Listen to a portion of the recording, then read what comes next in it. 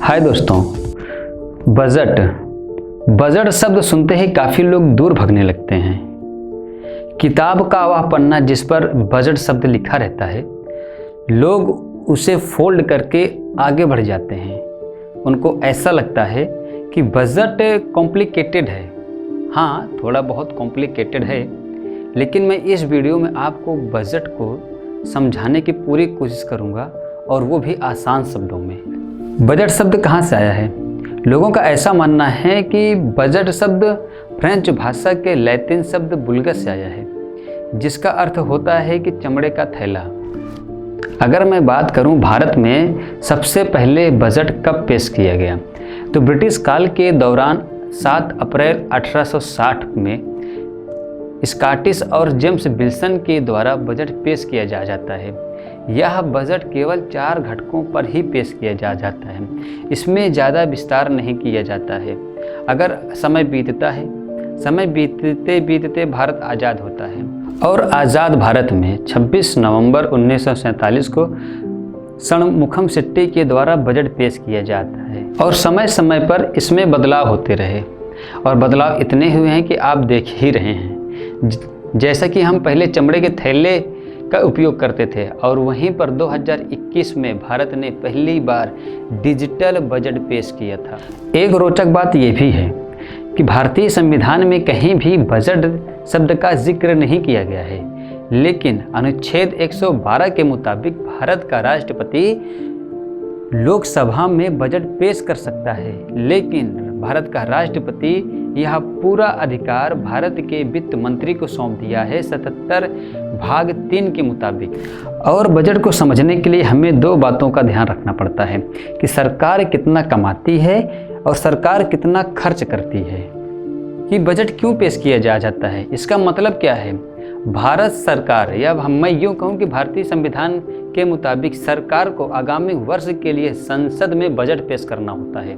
इसका अर्थ ये होता है कि सरकार ने कितना पैसा कमाया है और कितना सरकार ने पैसे को खर्च किया है। आओ इसे हम एक कहानी के रूप में समझते हैं। मान लीजिए आपके पिताजी नौकरी करते हैं, और उनकी सैलरी महीने के पहले सप्ताह में आती है। सैलरी आते ही उनके दिमाग में ये बात चलने लगती है कि इस महीने का खर्चा कैसे हम डिसाइड करें। वह कुछ पैसा पढ़ाई के लिए, लाइट बिल के लिए, सब्जी के लिए, सामान के लिए और सभी चीज़ों के लिए वो अलग कर देते हैं। इसी तरह केंद्र सरकार भी आने वाले आगामी वर्ष के लिए बजट पेश करती है, और वह सभी सेक्टर में, जैसे महिलाओं के विकास के लिए, इंडस्ट्रियल एरिया के लिए, शिक्षा के लिए, कृषि के लिए, जितने भी क्षेत्र हैं सबके लिए वह बजट पेश करती है। अभी तक जो बजट पिताजी ने अपने महीने के लिए बनाए थे, वह बजट बीच में गड़बड़ा जाए। जैसे अगर कोई परिवार में बीमार पड़ जाए तो उनकी पूरी सैलरी वो उस बीमारी के खर्च में चली जाए, और उनको कहीं से कर्जा लेना पड़े, और वह कर्जा उनको ब्याज पर लेना पड़े। उसी तरह केंद्र सरकार को भी करना पड़ता है। जब पैसा कम पड़ जाता है, या जब पैसा कर के रूप में पूरी तरीके से नहीं आ पाता है, तो केंद्र सरकार भारतीय रिजर्व बैंक से उधार लेती है, वो भी ब्याज दर पे। इसी को राजस्व घाटा कहते हैं, या मैं यूँ कहूँ सरकार कमाने से ज़्यादा खर्च कर देती है। इसी प्रकार सरकार हर वर्ष बजट पेश करती है, ताकि केंद्र और राज्य मिलकर भारत का विकास कर सके। और देश के विकास में जीडीपी का योगदान सबसे ज़्यादा होता है।